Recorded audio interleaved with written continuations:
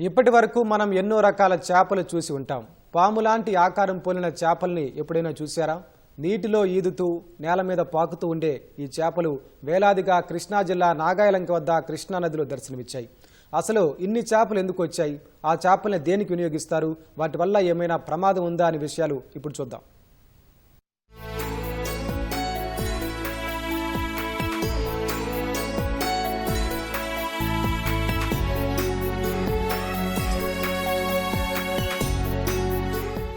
చూశారుగా, నీళ్లలో అన్ని పాములు ఎందుకున్నాయి అనుకుంటున్నారా?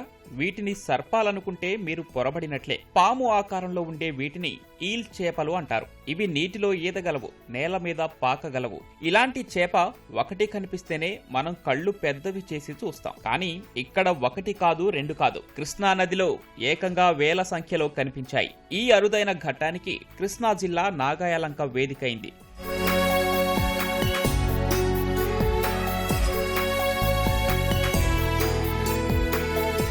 బంగాళాఖాతం ఆటుపోట్లకు కృష్ణానదిలో సుమారు 40 కిలోమీటర్ల దూరం ఉప్పు నీరు ప్రవహిస్తోంది. గత కొన్ని నెలలుగా ప్రకాశం బ్యారేజీ నుంచి వేలాది క్యూసెక్ల నీరు విడుదల చేస్తున్నారు. సముద్రం ఉప్పు నీరు, నదిలోని తీయని నీరు కలిసి సవ్వగా మారింది. దీంతో నదిలో ఎక్కడో లోతులో ఉండే ఈ ఈల్ చేపలు వేలాదిగా పైకి వచ్చాయి.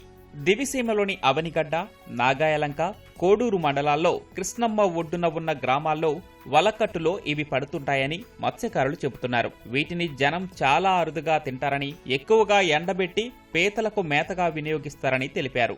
కుమ్రే పాములని మన మేతలో ఫీడ్ లోకి ఇట్లోకి ఉపయోగించే పాములు జనానికి అయితే ఇబ్బందికరమేం కాదు. వాటి వల్ల ప్రతి ఒక్కరు భయపడ్డారని తెలిసింది. దాని గురించి భయపడాల్సిన అవసరం ఏం లేదు. ఎప్పుడు ఉంటాయి కాకపోతే ఈ సప్లైలు వచ్చినప్పుడు పైన కనపడతాం. చెరువుల్లో మేత వేసిన, శివాలయం కాడ పిండి అవి వేసిన అవి తింటాకు వస్తాయి. అవి అపకార పాములు కాదు.